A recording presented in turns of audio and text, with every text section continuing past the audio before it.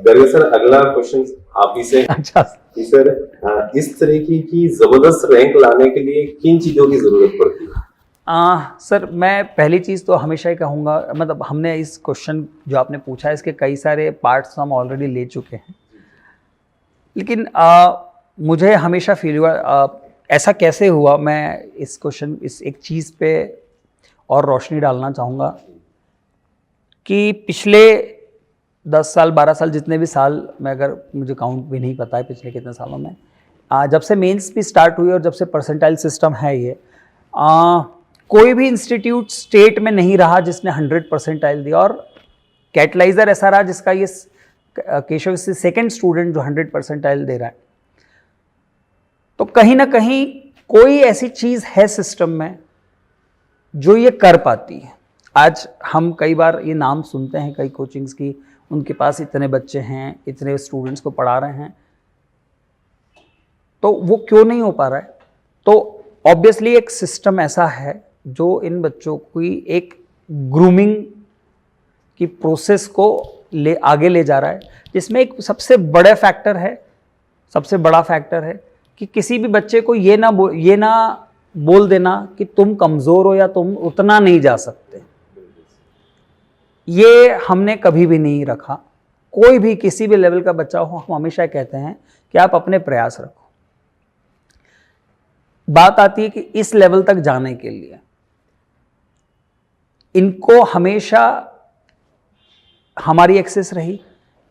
अगर आपको कोई भी प्रॉब्लम आती है और अगर आपकी प्रॉब्लम बहुत लंबे समय के बाद सॉल्व होती है, मैं ये नहीं कह रहा कि डाउट हो क्वेश्चन सब्जेक्ट, हमारी पढ़ाई से संबंधित हमारे पास बहुत सारी प्रॉब्लम्स होती है कि हमें किस चीज़ से पढ़ना चाहिए, हमें कितना पढ़ना चाहिए, हमें क्या अभी पढ़ना चाहिए, या मेरी ये प्रॉब्लम चल रही तो उसका सॉल्यूशन क्या है।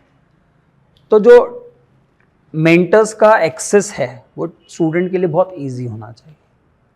मुझे कई बार बहुत इस चीज़ पे हंसी आती है सुनते हुए कि कुछ स्टूडेंट्स आते हैं और वो बोलते हैं कि हम फलां इंस्टीट्यूट पे थे और वहाँ हमसे कहा जाता था कि तुम्हारी प्रॉब्लम तो 4 दिन बाद सॉल्व की जाएगी।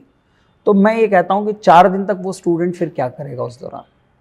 उसका तो वो सबसे क्रूशल फेज़ है जब वो प्रिपरेशन कर रहा है, और अगर वो 4 दिन बाद उसको सॉल्व करता है तो वो उसके लिए कभी भी अच्छा नहीं रहेगा। तो ये एक फैक्टर था कि स्टूडेंट की प्रॉब्लम तुरंत सॉल्व हो। स्टूडेंट्स के साथ समय देना। आज जैसे मैंने कहा कि अगर इसने 3 चीज़ें सॉल्व कर ली तो फिर इसको ये पता होना चाहिए कि मुझे अगला क्या करना है। तो हम इस चीज़ को भी ध्यान रखते थे कि इसने ये चीज़ इतनी कंप्लीट कर ली है, अगर ये कंप्लीट कर ली तो अब नेक्स्ट फेज़ पे आगे कैसे जाना चाहिए। अभी इस सेशन के शुरू होने के पहले मैं इससे डिस्कशन कर रहा था कि अभी जेईई एडवांस आने वाली है, तो what should be our proper strategy for last 30 days. अगर मैं आज 30 दिन की बात करूँ तो अभी हमारे आखिरी 30 दिन के लिए क्या स्ट्रैटेजी होनी चाहिए। तो नाउ यू कैन अंडरस्टैंड कि जब हम इतने क्लोजली किसी स्टूडेंट को समझ लेते हैं, हम उसकी वीकनेसेस, उसकी स्ट्रेंथ जानते हैं, तो ऑब्वियसली ये उसकी वीकनेसेस को कम करना, उसकी स्ट्रेंथ्स को और बढ़ाना, इस पे लगातार काम होगा, तभी कोई स्टूडेंट यहाँ तक पहुँच पाता है। आप ये नहीं मान सकते कि हमने एक चीज़ बोल दी और वो बच्चा कर रहा होगा तो अच्छा हो जाएगा। यही एक कॉम्प्लेसेंसी बचे हुए इंस्टीट्यूट्स में है। मैं किसी का नाम नहीं लेना चाहूँगा, लेकिन ये कोई मियर कोइंसिडेंस नहीं हो सकता कि 2 बार 100 परसेंटाइल आना पूरे स्टेट से। ऑल इंडिया रैंक 3 आ चुकी जेईई एडवांस से 2 बार, ऑल इंडिया रैंक 6 आ चुकी, ऑल इंडिया रैंक 24 2 बार आ चुकी है, 29 आ चुकी है, आज केशव ऑल इंडिया टॉपर है। तो कहीं ना कहीं ये कोइंसिडेंस नहीं हो सकता कि कोई और क्यों नहीं कर पा रहा है।